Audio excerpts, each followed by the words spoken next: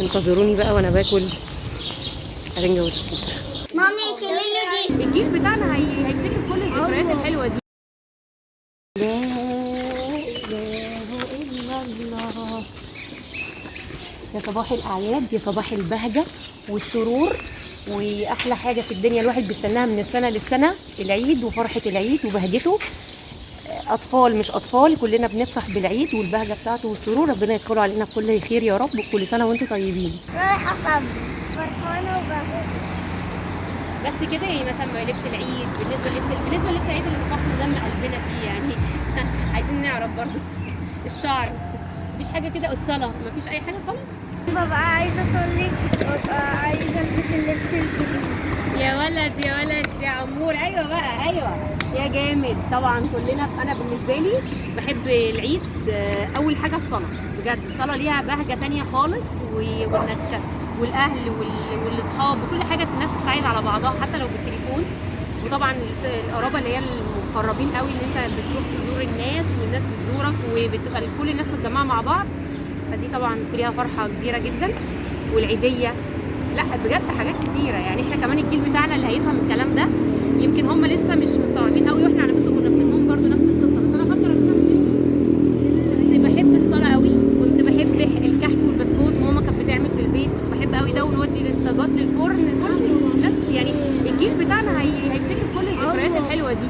قولوا لي انتوا بقى بيمثل لكم ايه العيد؟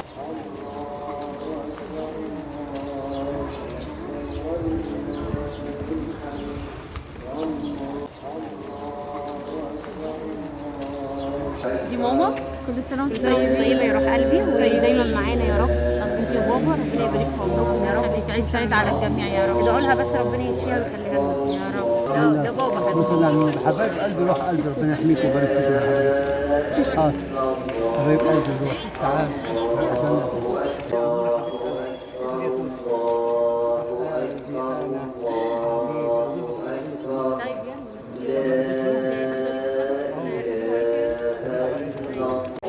الفرح والبشرى والسرور. هذا يوم الرجاء بالله جل وعلا، هذا يوم حسن الظن بالله جل وعلا. أعيادنا في الإسلام هي أعياد وقاء ابتغاء مرضات الله.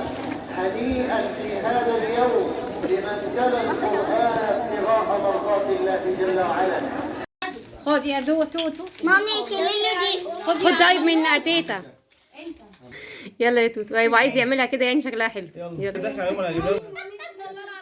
اسحب يا باشا. 8 hours later. الحمد لله لحقت الشمس. باخد بقى الجولدن اور.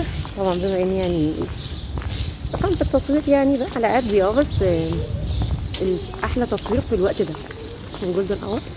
التصوير فيه بيبقى خطير بجد، والشمس ما بتبقاش لاسعه وحلوه ولطيفه يعني. بس المهم يعني احنا نزلت دلوقتي رايحه بقى طقوس العيد، ان احنا طبعا بنروح بقى عند الاهل والاقارب وكده.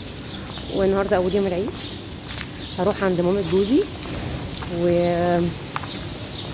وجريمه كده بتحصل معظمنا يعني اغلبيتنا بيعملها، مصر كلها مثلا الرنجة والفسيخ. انتظروني بقى وانا باكل رنجة والفسيخ. يا نهار ابيض، دمار. حلو الروح. فظيع. ما ده عصير العفان. الفسيخ قلب لها البيت كله. بقول لك متعذبين.